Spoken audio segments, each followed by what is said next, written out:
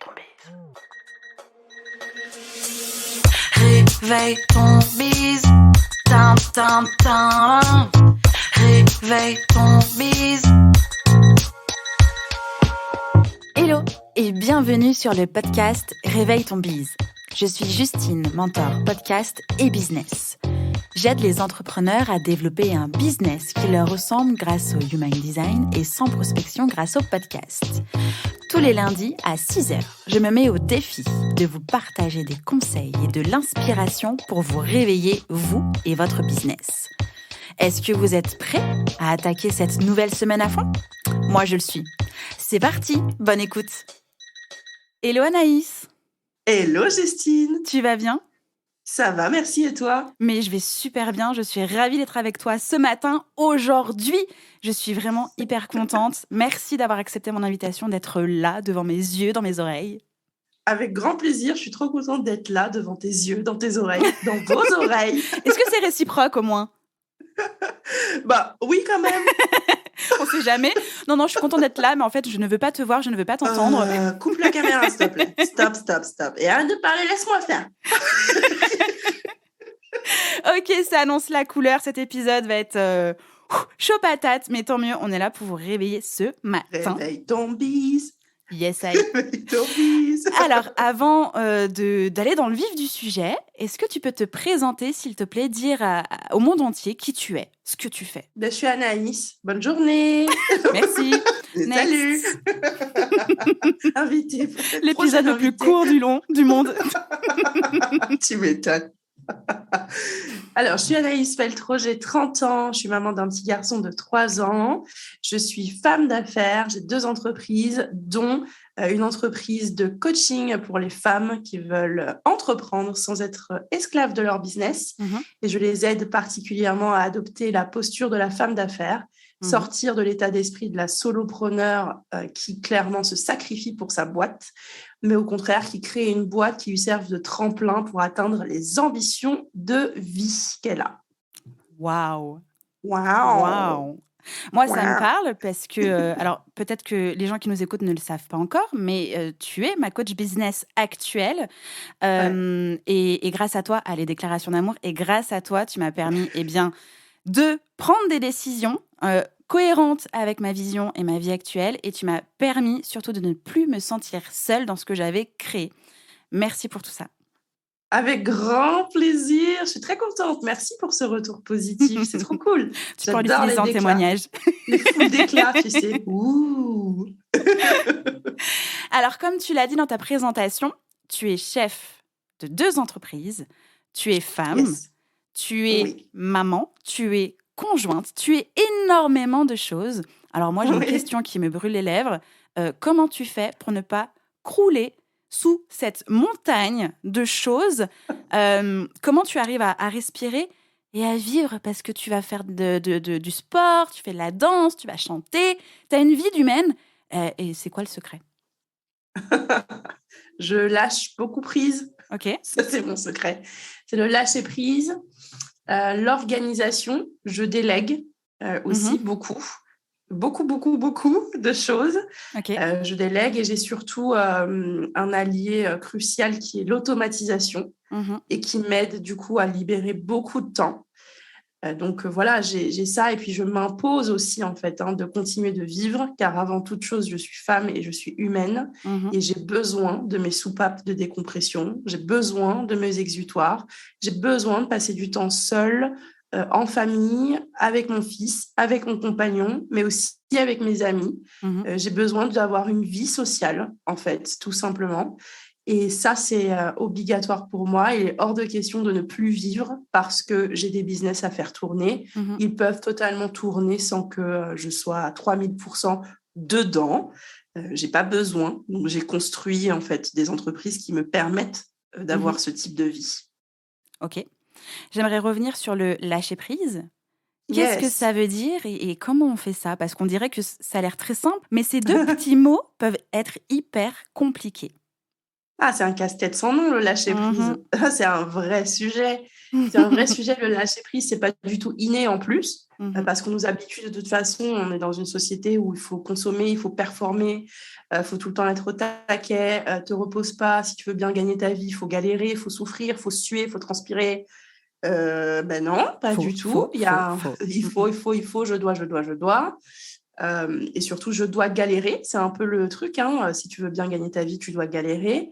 J'ai fait le choix de ne pas galérer. Donc, ce choix-là me permet de toute façon de lâcher prise sur pas mal de choses et surtout de prendre de la hauteur et du recul sur toutes les choses que je ne maîtrise pas. Parce que je ne peux pas tout maîtriser, si ce n'est mes pensées et mes actions. Donc, je décidais de brancher mon cerveau sur cette fréquence. C'est pas toujours facile. Il y a des fois où tu es tellement dans le guidon que le lâcher-prise, tu lui dis 2-3 petits mots pas très polis. Mais pour autant, j'ai décidé vraiment d'en faire mon allié majeur et ça m'aide énormément. Mais c'est une décision avant toute chose. Pour le comment on fait, on le décide d'abord. Et du coup, ce qui t'aide à lâcher prise, j'imagine, c'est aussi ton entourage, l'équipe que tu as construit. Donc, au sein même de chacune de tes entreprises, tu as une équipe. Aujourd'hui, tu es entourée d'à peu près combien de personnes ? 8 personnes. Qui se dit, alors attends, qui sont les gens avec qui je travaille ? Qui là ? La chef d'entreprise en carton qui sait pas qui elle a autour d'elle. Elle a trop lâché prise, la meuf. Elle a dit non, mais en fait elle sait même pas ce qui se passe dans ses bises. Voilà, elle est là, elle est pas là. J'ai recruté des gens, mais je suis là, mais je suis pas là. T'es là, mais t'es pas là. C'est ça. Ok, donc 8 personnes dans les 2 business confondus. Yes. Ok. On va se concentrer du coup sur le business coaching de Je suis femme d'affaires. Comment est-ce que tu recrutes les personnes autour de toi et sur quel poste ou en tout cas sur quelle tâche tu as délégué les choses ? J'ai délégué sur la partie commerciale. Ok. Ça, c'est hyper important pour moi parce que je veux vraiment me dédier, moi, à ma zone de génie qui est l'accompagnement. Donc, avoir des gens en appel découverte, c'est bien, mais en fait, j'ai décidé que je voulais déléguer cette tâche-là. Je me suis entourée aussi de personnes qui peuvent m'aider sur tout ce qui est chronophage. Rédiger les épisodes, enfin les descriptions d'épisodes de podcast, rédiger les mails, tu vois, plein de petites choses comme ça qui finalement, mis bout à bout, me prennent un temps fou. Donc c'est principalement ça que je délègue. Je délègue aussi toute la partie comptabilité, facturation. Donc j'automatise beaucoup, mais il y a des vérifications qu'il faut faire. Et donc j'ai délégué toute cette partie-là. Et la partie administrative est en cours de délégation aussi. Parce que quand on est centre de formation, ce qui est mon cas sur les 2 business maintenant, merci l'admin, on adore, mais pas trop quand même. C'est ça. Voilà. Je ne peux que approuver cette phrase. Voilà. Voilà, t'es en plein dedans, je crois. Je suis en plein dedans. Administratif, bonjour. Ouais, c'est ça. Mais c'est bonjour, au revoir en fait, parce que eux, ils sont là, ils sont pas là. Eux t'attendent, eux ils sont pas là. Voilà, c'est comme ça. Et un jour ils tapent à ta porte en disant, au fait, il manque ça. T'as pas fait ça, Justine ? Tu fais quoi ? T'es en retard là ? 50 €, s'il te plaît, t'es en retard. L'amende à l'erreur, quoi. C'est ça. C'est ça, exactement. L'angoisse. Ok, donc ça veut dire qu'aujourd'hui, tu es pleinement une femme d'affaires, une chef d'entreprise, une formatrice, une coach. Tu es tout ça. Et moi, j'aimerais vraiment qu'on parle de ce que c'est pour toi qu'être une femme d'affaires. C'est quand même ton leitmotiv, c'est ton moteur, c'est ton pourquoi, c'est ton podcast, c'est ton accompagnement. On le retrouve de partout, c'est toi. Et du coup, c'est quoi pour toi une femme d'affaires ? C'est un concept. Clairement, pour moi, être une femme d'affaires est un concept. C'est une posture, c'est un état d'esprit, c'est un fonctionnement. C'est vraiment une prise de position. Pour moi, la femme d'affaires, elle prend position au sein de son entreprise et elle se dit « Ok, chère entreprise, voilà à quoi tu vas me servir. » Et c'est pas à quoi moi je sers au sein de mon entreprise, comment moi je développe l'entreprise. C'est plus cet état d'esprit où tu es branché sur « Ok, voilà ce que je vise dans ma vie. Et toi, entreprise, voilà comment tu vas m'aider à atteindre mes buts ultimes. » C'est ça la femme d'affaires. C'est je suis positionnée en haut de la pyramide et je tire les rênes, je dirige pour que ma ou mes entreprises me permettent du coup d'atteindre ce que je souhaite. Donc, c'est avant toute chose un état d'esprit et c'est considérer son entreprise comme un outil. Peu importe ce qu'on fait, qu'on soit dans le soin, dans le chewing-gum, dans les mouchoirs, dans les culottes, très clairement, il est hyper important de se positionner. Et c'est ça la femme d'affaires. C'est celle qui va prendre les décisions d'abord pour elle et qui va les inculquer à sa boîte et qui va trouver le comment est-ce que la boîte va lui permettre d'aller au bout de cette décision et surtout que la conséquence soit positive pour elle avant toute chose. Est-ce qu'on le devient ou est-ce qu'on est femme d'affaires ? Alors, on est EST ou est-ce qu'on est même aussi ? On peut naître femme d'affaires. On peut naître femme d'affaires. Je pense que il y a un mélange des deux. Quand on devient entrepreneur, je crois qu'il y a ce truc-là qui est quand même ancré en nous. Et soit tu l'as accepté très tôt dans ta vie, soit pas du tout.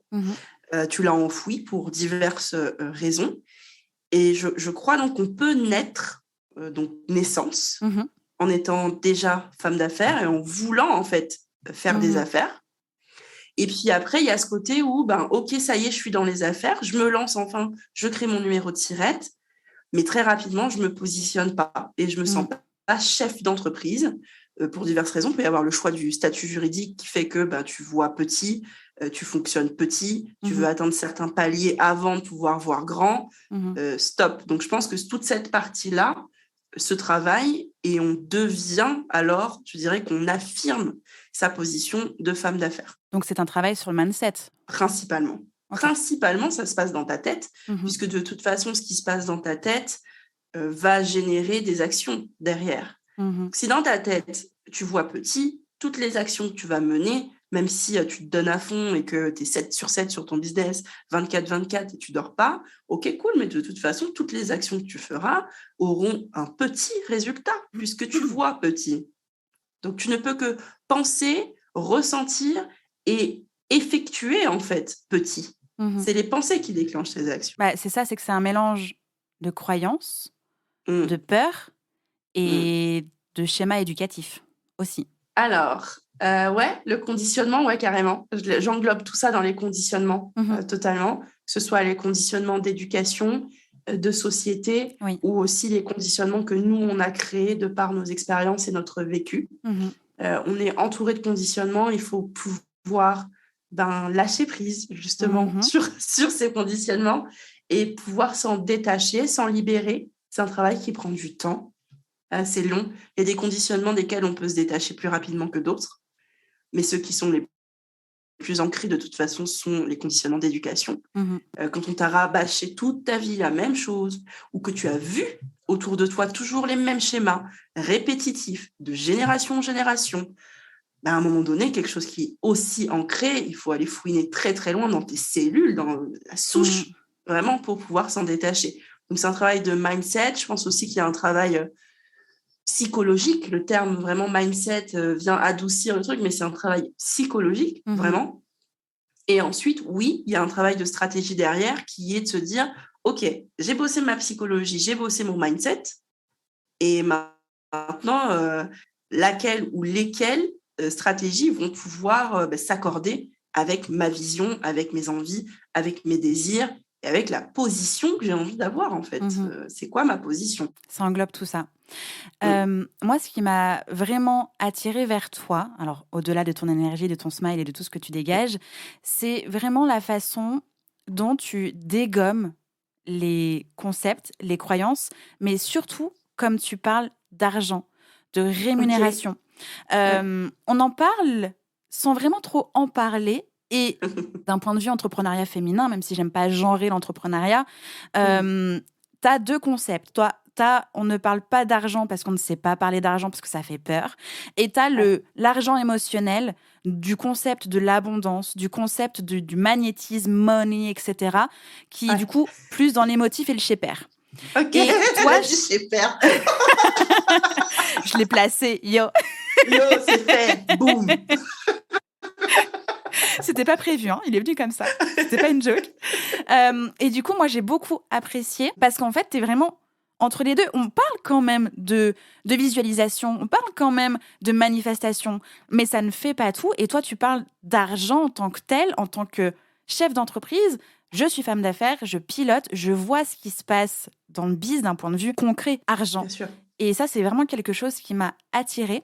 Est-ce que ton rapport à l'argent et la façon dont tu en parles aujourd'hui a toujours été quelque chose de simple pour toi? Oh là là, non, mon Dieu, au secours. Alors, j'ai fui l'argent pendant très longtemps. Mayday. Mayday, Mayday. Il n'y a pas du morse, non? Pendant les podcasts, on ne fait pas de morse. Même si tu fais un drapeau rouge, moi je le vois, les gens ne voient pas. Hein. C'est pas grave. Help me, please. Sortez-moi de la boue. Non, alors j'ai eu un rapport à l'argent biaisé pendant très longtemps. Je l'ai fui. J'ai fui l'argent, donc l'argent me fuyait aussi. Je me doutais pas, je pense qu'il y a 3 ans, on se serait rencontrés, on aurait discuté, mais je t'aurais pas parlé d'argent. Alors, mais surtout pas. Oh, quel tabou énorme. Waouh, money? Non, stop. Qu'est-ce que c'est, mon Dieu? Arrête. C'est Voldemort. Pourquoi tu me parles de ça? Pourquoi tu me parles de ça, en fait? Voilà, on parle pas d'argent, c'est tabou. Ça ne se fait pas. Les gens qui ont de l'argent sont cons. Donc, je n'en veux pas car je ne veux pas être conne. Il y a personne autour de moi qui en a. Je ne vois pas pourquoi moi j'en aurais.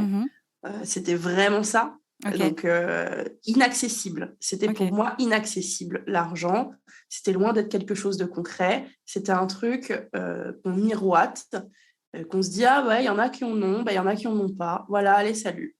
Et c'était vraiment ça. Voilà, donc ça a été un gros travail de me détacher justement des conditionnements et des croyances qui m'ont été inculquées volontairement ou pas. Par rapport à l'argent. Et donc aujourd'hui, comment tu vois les choses? Parce que moi, je le sais comment tu les vois. Tu m'as suffisamment ratatiné le cerveau avec ça. Mais nos auditeurs et nos auditrices n'ont pas encore le cerveau ratatiné de tout ce que tu racontes sur l'argent. C'est quoi ta vision des choses? Comment est-ce qu'on doit avoir comment est-ce qu'on peut surtout avoir un rapport sain et bénéfique pour son développement, pour sa vie en fait d'humain et de chef d'entreprise? La première chose à se dire, c'est déjà de comprendre à quoi va servir l'argent que tu vas faire rentrer dans la boîte. Puisque de toute façon, au départ, tu démarres peut-être seul, solopreneur, et c'est OK. Et il va falloir faire du chiffre d'affaires.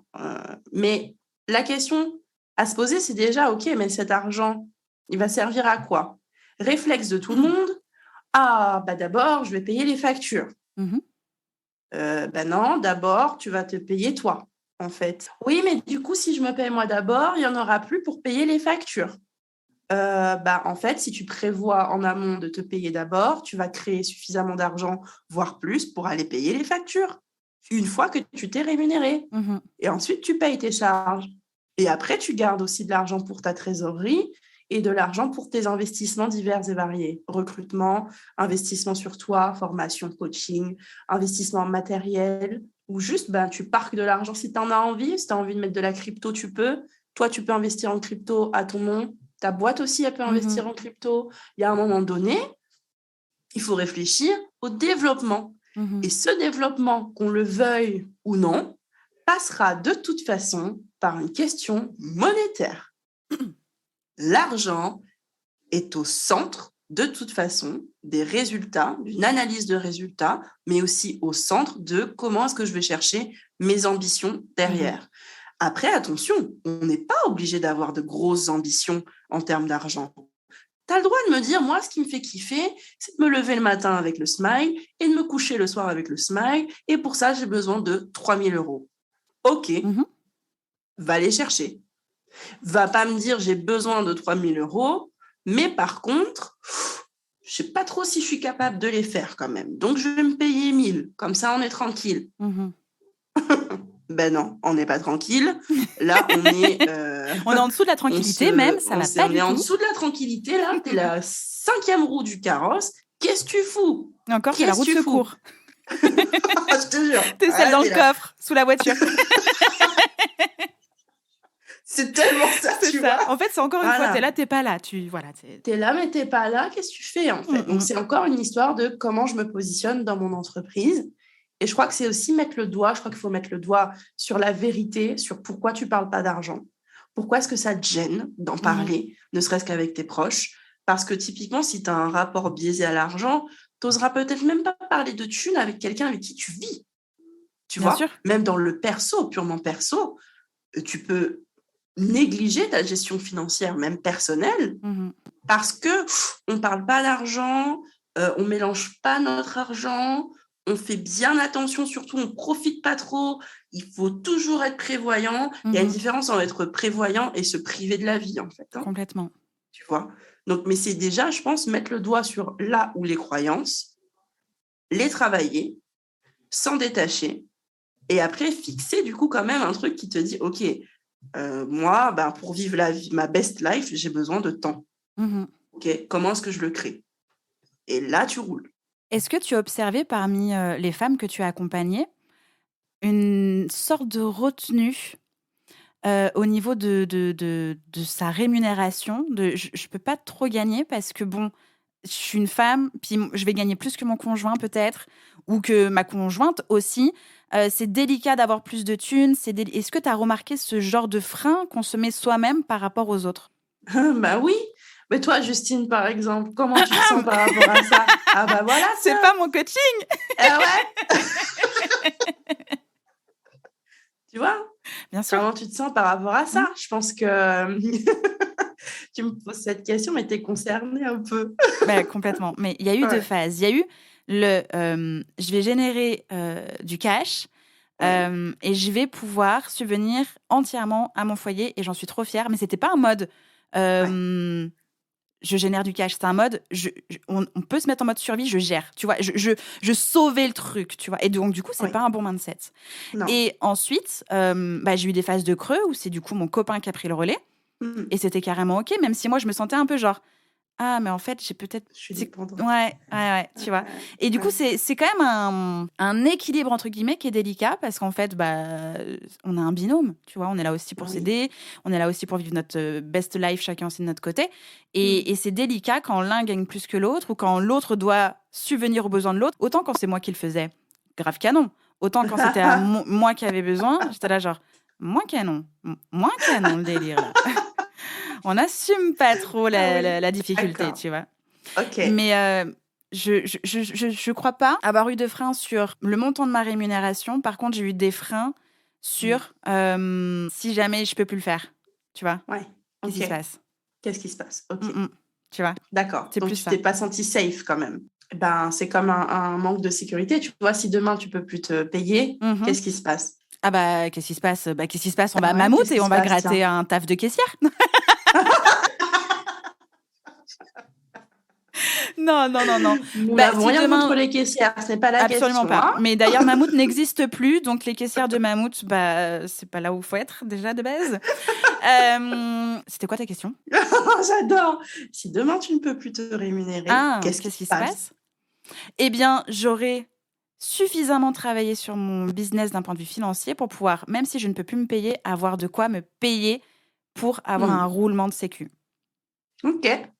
Voilà. Donc, tu auras mis en place des systèmes au sein de ton entreprise qui te permettront de toute façon de pallier au creux quand il y en aura, parce que ça arrive. Oui. Voilà. L'idée étant qu'il n'y en ait pas, mais il faut quand même se dire que l'éventualité existe. On n'est pas dans le monde des bisounours.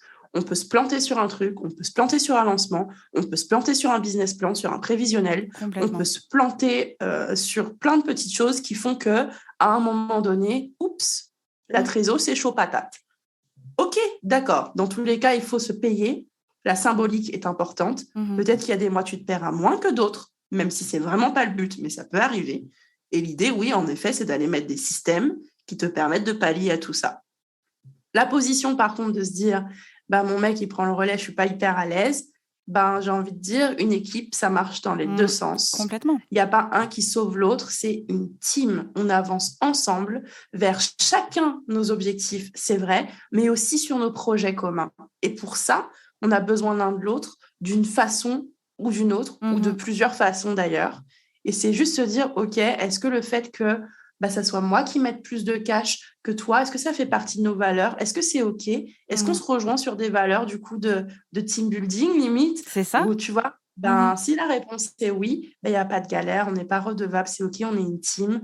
Et demain, même si ça clash ou quoi que ce soit, il n'y a pas de tu me devais 10 000 € parce que j'ai payé plus la maison que toi à un moment donné. Non, en fait. tu as été ma team pendant un moment, et soit tu es ma team pour toute la vie, soit demain, encore une fois, si ça pète, je trouverai une autre team. Tout, tu vois. En fait, je vais monter une autre team. Et c'est pareil dans le business. Mais c'est ça, exactement la même clairement. chose. Ta team, elle te lâche, tu prends une autre. C'est pareil, entre guillemets, attention, on n'est pas dans se dire, bon, si le gars, il s'en va demain, tu changes, s'il te saoule, tu changes. C'est pas du tout ce qu'on dit. Restez stable, les gars. Restez stable au maximum, en tout cas, de stabilité. Voilà, mais on ne sait pas de quoi est fait demain. On aura beau prévoir, ça ne se passe jamais exactement comme ce qu'on a en tête, et il faut pouvoir renoncer, savoir renoncer à certaines choses pour avancer et pour grandir, pour évoluer d'un point de vue personnel comme d'un point de vue professionnel. Dans ton discours, il y a eu plusieurs choses qui ont été entendues. En tout cas, il y avait la prévoyance, prévoir le possible pire qui puisse arriver. La peur de l'échec aussi, parce qu'on l'entend sous-jacent. Est-ce que la prévoyance du pire n'est pas quelque chose qui pourrait être auto-bloquant ?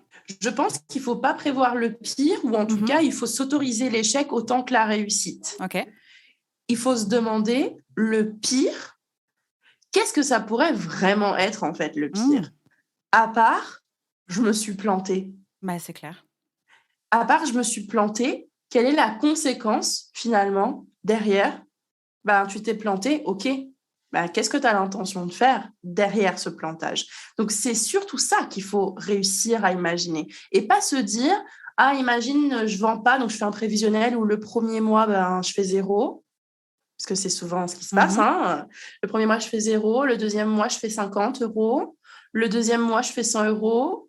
Pourquoi, en fait, pourquoi tu t'infliges cette souffrance-là ? L'idée, c'est juste se dire, écoute, ok, je fais un prévisionnel où le premier mois, je fais 2 000 €. Voilà, c'est mon premier mois d'activité. Je prévois 2 000 €. Tu les fais, qu'est-ce que tu fais après ? Tu les fais pas, qu'est-ce que tu fais après ? C'est juste ça.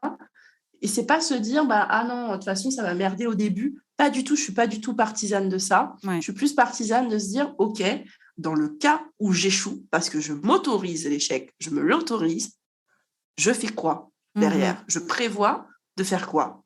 D'aller dans mon lit pendant 6 mois, parce que j'ai besoin des 6 mois pour encaisser, et après je rebondis. Et c'est ok si tu as besoin de 6 mois pour encaisser un échec, mais vas-y, prends tes 6 mois. Ou alors te dire, ok, je prends le recul tout de suite, bim, bam, boum, je regarde les résultats, j'essaye de comprendre, je teste autrement et je vois ce qui se passe le mois prochain. Mais chaque personne doit pouvoir se dire, ok, je m'autorise l'échec. La réussite, oui, mais l'échec aussi. Parce qu'on voit un tas de success stories qui sont magnifiques. Par contre, les mecs, ils oublient souvent de nous dire qu'ils en sont à leur 6e entreprise et qu'ils ont foiré 5 autres et qu'ils se sont mis dans des situations très compliquées desquels ils se sont sortis, certes, mais qui restent quand même des échecs. On n'a pas cette culture de l'échec dans l'Hexagone. C'est très francophone d'ailleurs, très, très Frenchy. Mais à un moment donné, si tu veux aller loin, tu es bien obligé de reculer. Et pour reculer, il faut tomber. Sinon, le recul, tu ne le prends pas. Tu ne le prends pas. C'est pas ce matin, tiens, ce matin, je vais faire un recul day. Je vais prendre du recul sur mon truc. Tu vois, on a le CEO Day, mais on n'a pas le recul Day. Il ne faut pas qu'on se donne, tu vois, à nous-mêmes. Il faut arrêter, on n'a pas le recul Day. Donc, s'il n'y a pas eu des éléments qui te poussent à prendre le recul, tu ne mets pas en place des routines de recul. Genre, aujourd'hui, je fais 2 heures de recul, je regarde. Non, il faut quelque chose, il faut justement se dédé. C'est ça, se dédé, le dédé. Il faut le dédé. Il te dit, ok, là, il faut que je regarde. Il faut que je step back et je regarde. Donc, tu as besoin d'échouer sur des points. Dernièrement, je me suis plantée sur un truc. Ok, ça pique. Mais ok, je vais prendre de la hauteur, je n'ai pas le choix. Et je vais regarder où je me suis plantée. Et je recommence autrement, mais je recommence. Et par rapport à s'autoriser la réussite, je pense que c'est aussi important de se dire, bon, je réussis, qu'est-ce que je fais avec ça ? Parce que si on n'a pas la suite, on n'a pas le goal, en fait, on n'a pas l'idée. Exact. Et du coup, on ne sait pas où est-ce qu'on va. Je pense qu'il faut savoir où on va, sans se mettre une pression, mais juste se donner des guides. Je crois que c'est important. Enfin, je sais pas, quand tu montes dans ta bagnole, tu vas quelque part, tu as quand même besoin de savoir l'adresse. C'est pareil. c'est exactement pareil. Y aller, YOLO et Carpe Diem, ok, mais le Carpe Diem, il sait quand même ce qu'il a envie de vivre. Voilà, il vit au jour le jour, mais il sait ce qu'il a envie de vivre quand même. Donc, c'est vraiment ça, c'est de se dire, qu'est-ce que j'ai envie de vivre? Je veux quoi? Et donc, j'échoue, je fais quoi après? Et effectivement, si je réussis ou je fais plus que ce que j'ai prévu, qu'est-ce que je fais? Parce qu'il y a aussi cette possibilité-là où l'argent, il arrive. Tu te dis, ah là, j'avais prévu un CA de 7 000 €. J'ai fait 10 000. Mon Dieu, il y a 3 000 en trop. Ouais. Panique, oh là alors là, qu'est-ce que je fais avec too ça? much. Qu'est-ce que je vais faire avec ça? T'appelles le banquier, mon Dieu, qu'est-ce que je peux faire au secours? En j'ai fait, trop d'argent. Moi, j'ai trop d'argent, oh là là, j'avais pas prévu ça, c'est trop pour moi, parce que j'ai les épaules pour gagner.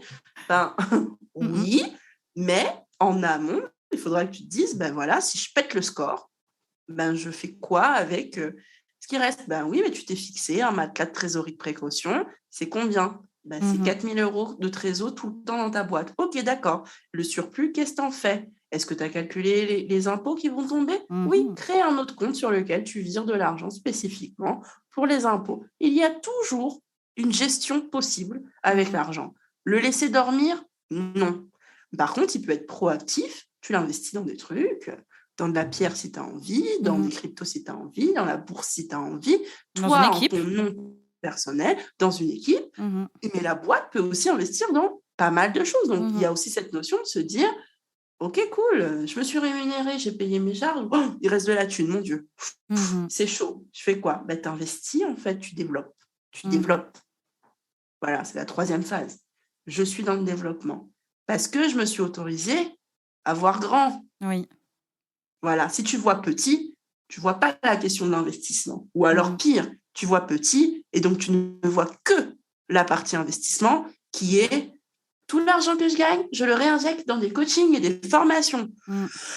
Bordel, je suis coach, je vais pas te dire de pas investir dans des formations ou dans des coachings, c'est pas la question. Mais c'est juste se dire, tu t'es payé en fait? Ouais, c'est ça. Tu bouffes quoi? Tu bouffes que des pâtes, pourquoi? Tu veux pas te faire un petit resto avec tes copines? C'est des petits trucs, hein. T'as pas mal au dos, t'as pas besoin d'un massage. Je veux, c'est des toutes petites choses. Sûr. Mais si tu te payes pas, tu ne peux pas les avoir. Voilà. Tout le long de notre échange, on a quand même vachement parlé de croyances parce que c'est vraiment de ça dont il est question. Et lors de notre premier coaching, tu m'as demandé quelle était ma croyance limitante et je t'ai dit, pour moi, alors attends, tu vois, comme je l'ai plus, j'étais obligée de me la noter. Attends. C'est bien ça. Elle est où? Je l'ai mise où? Ma croyance limitante, c'était je ne peux pas réussir sans souffrir.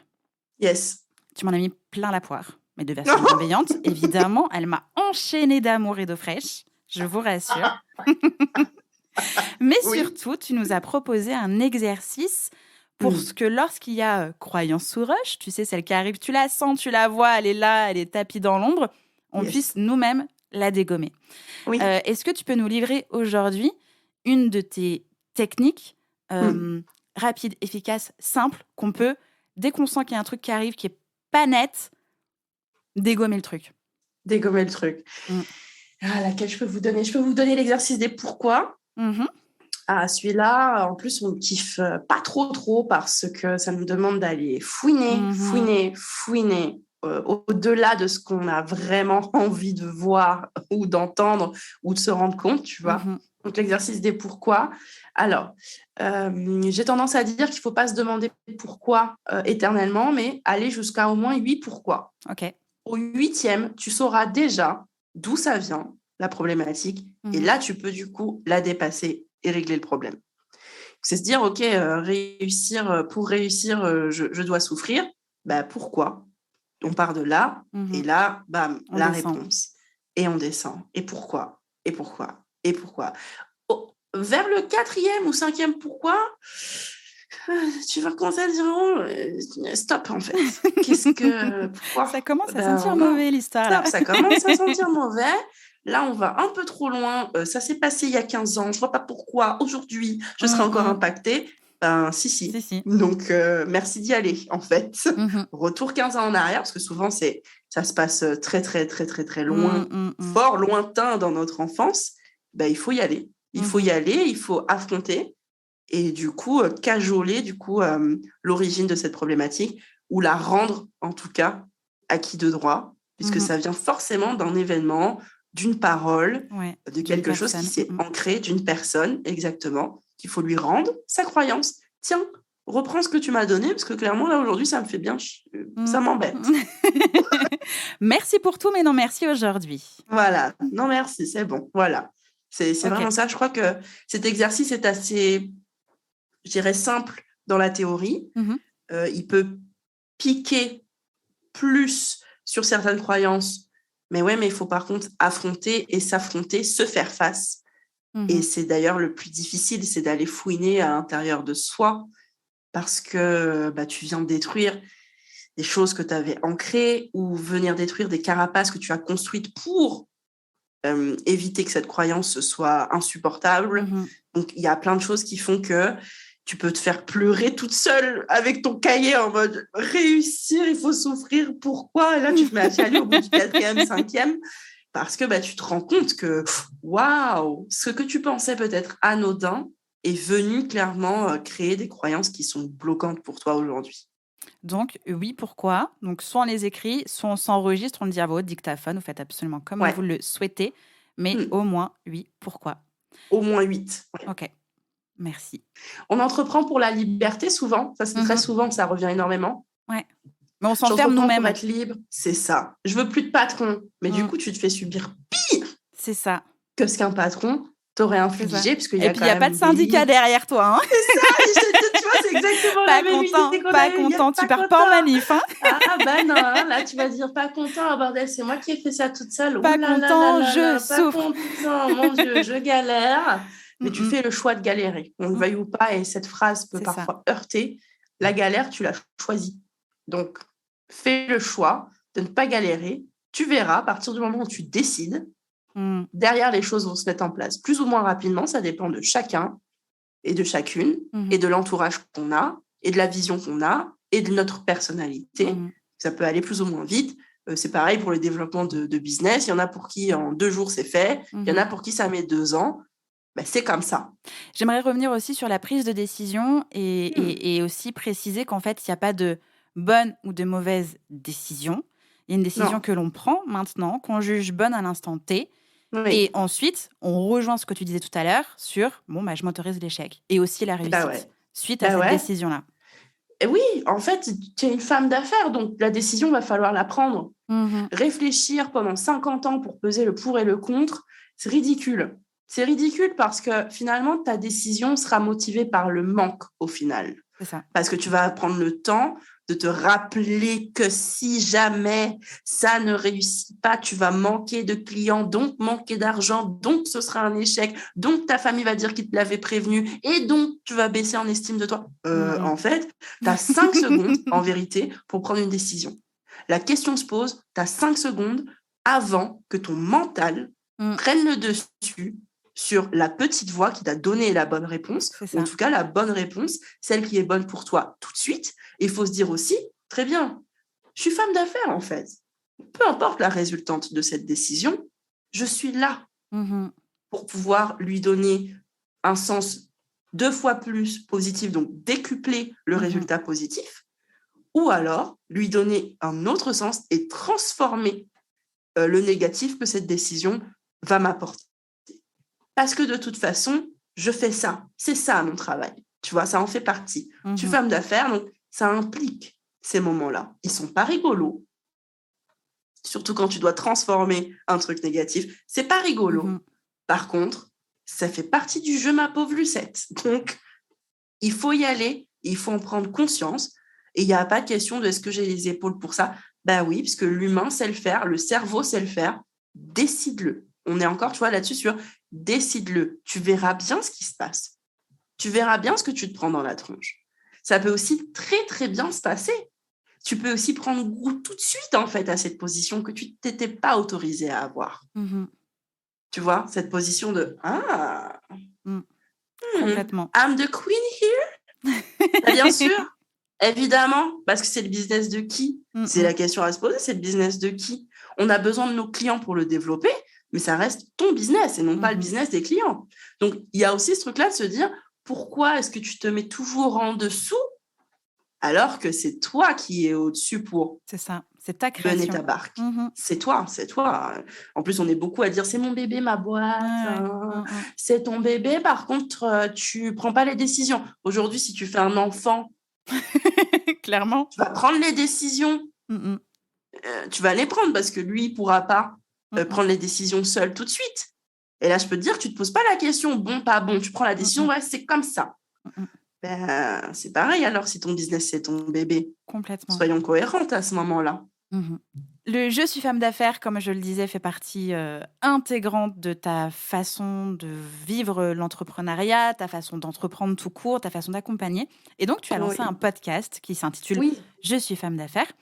Podcast refondu, du coup, parce qu'il n'était pas ce qu'il est aujourd'hui. Pourquoi avoir lancé un podcast et qu'est-ce que ça t'apporte aujourd'hui ?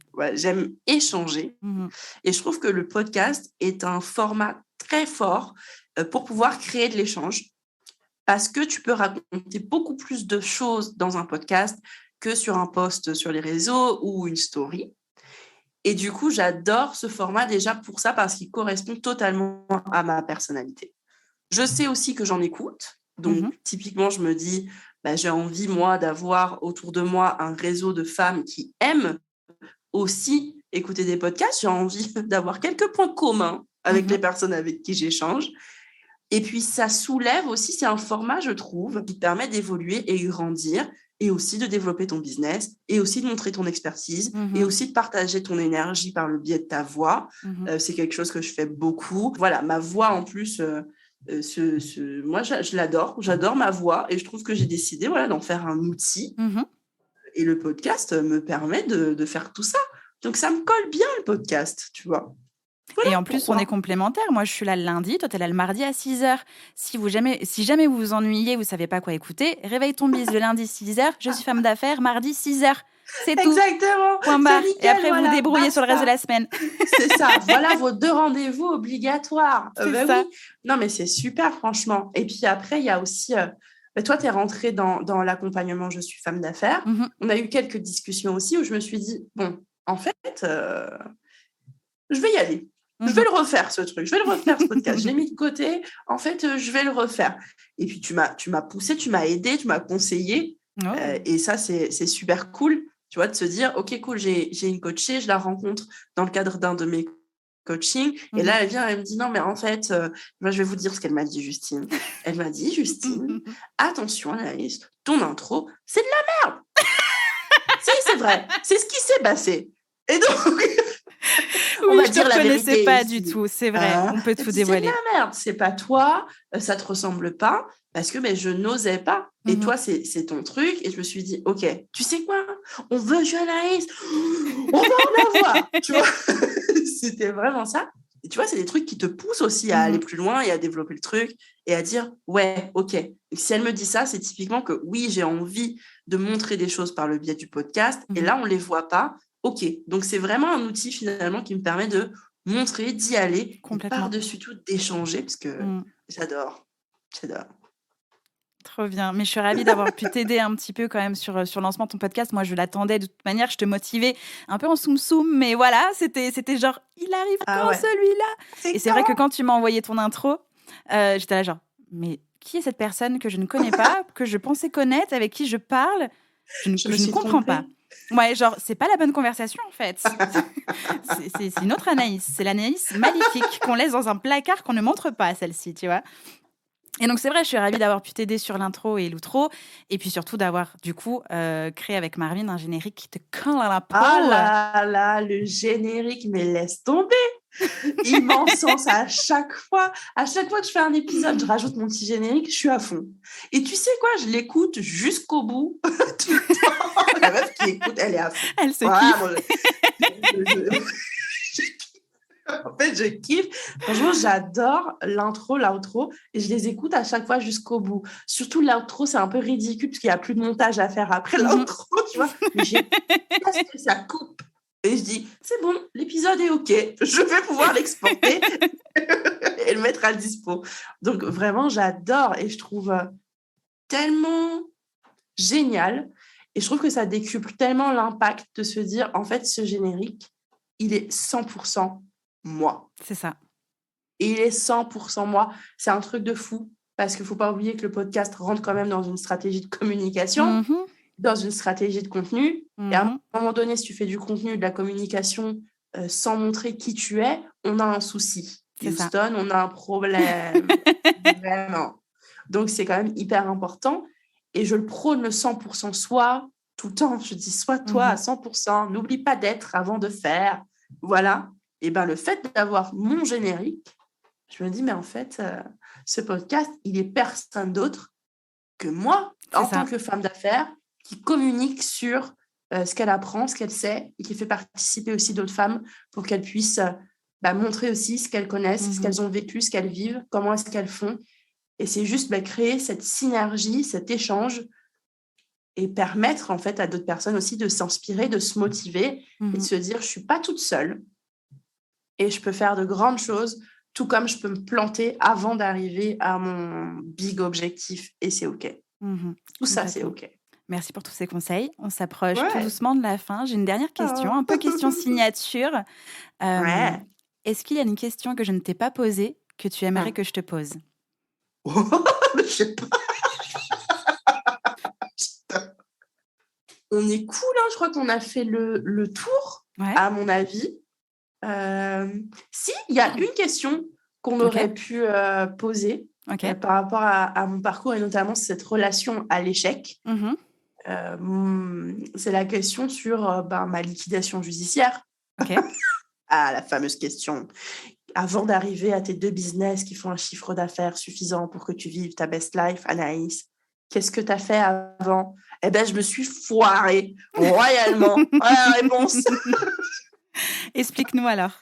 Je me suis foirée comme never, et c'est pour ça que je dis toujours autorise-toi à l'échec autant que la réussite. Si je devais recommencer, je recommencerais avec cette erreur qui m'a coûté très cher en argent, en patrimoine, en micro-entreprise. Voilà, j'ai mal géré mes débuts dans l'entrepreneuriat.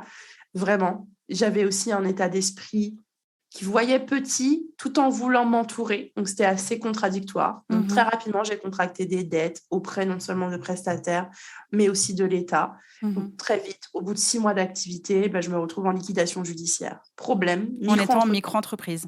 C'est ça. Et ça, c'est une problématique puisque du coup, on te prend tout ce que tu as pour payer les dettes que tu as contractées. Bien sûr. Puisque la micro, c'est toi. C'est toi. Exactement. Et que je n'ai pas protégé mon patrimoine que j'avais à ce moment-là. Pas grand-chose, mais suffisamment, du coup, pour en tout cas valider quelques dettes. Après, voilà, la liquidation judiciaire se clôture une fois qu'il n'y a plus rien. Il n'y a plus d'actifs, On ne peut pas non plus... Donc, il me restait 1,50 € sur mon livret A. Ça, c'est la fin de ma première aventure entrepreneuriale. OK. Et c'est avec ces 1,50 € que tu as ouvert ta nouvelle société avec un capital de départ de 1,50 €. Tout à fait.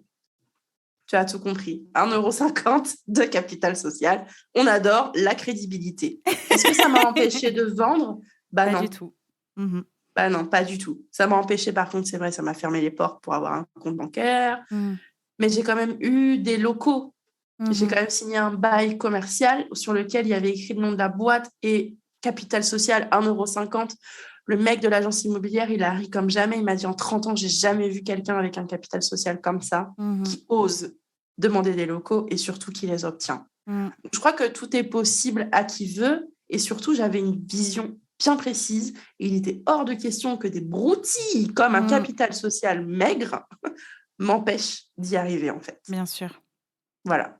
Puis, tout en sachant que le capital social peut être modifié dans les statuts de la société. Donc, c'est qu'un détail. Il peut. Il faudra. La comptable, ça fait un moment qu'elle me tanne. Il m'a fait trop. Faut peut-être changer le capital social. Ouais. Mais je crois que je suis un peu attachée, en fait, à cette symbolique. Mais oui, c'est vrai, ça peut. Oui. Je suis attachée à la symbolique. Je n'arrive pas à lâcher mon capital social d'1,50 €. Pourtant, la boîte, se décuple et c'est génial, mais elle est toujours à 1,50 € de capital social. Et ça le fait quand même. Au bout de 4 ans, ouais, ça le fait quand même, ça roule. Je dis pas qu'il faut le faire, je dis juste que ça se fait. Merci beaucoup Anaïs pour toute la valeur que tu nous as partagée. J'étais trop contente de partager ce moment avec toi. C'est vraiment bien. Je suis très contente. Merci de m'avoir invitée. Avec grand plaisir. Tu reviens quand tu veux. Ouais. On revient papoter. C'est tous les lundis 6h. Hein. Faut faire du contenu. Hein. Faire du contenu, quand même. Faut rester proactive et régulière. Donc, tu vas revenir. Faut du contenu. Et toi aussi, tu vas venir. Absolument. Je veux. Oui. Je veux. Je te dis oui. Ah oui, super. Pour le meilleur et pour le pire. C'est ça, et surtout pour le meilleur. C'est clair, à 300%. Génial. Merci pour ce moment, c'était fantastique. Merci Anaïs, et puis à très vite. À très vite, merci bye Justine. Bye bye. J'espère que cet épisode vous a plu. N'hésitez pas à partager le podcast à une personne qui veut aussi se réveiller avec vous. Retrouvez l'ensemble des informations et des liens en description de l'épisode ainsi que sur le site internet www.justinarma.com. Si vous avez des idées, des suggestions ou si vous avez juste aimé cet épisode et que vous voulez me le dire, direction Apple Podcast pour laisser un commentaire et des petites étoiles. Vous pouvez aussi me laisser des petits mots sur Instagram au nom de Justine-Arma avec 2 A ou par mail à l'adresse hello@justinarma.com. N'oubliez pas de vous abonner à Réveille ton bise sur votre plateforme d'écoute préférée pour ne pas louper votre réveil. On se retrouve lundi prochain, 6h, pour un nouvel épisode. Bonne semaine. Ciao!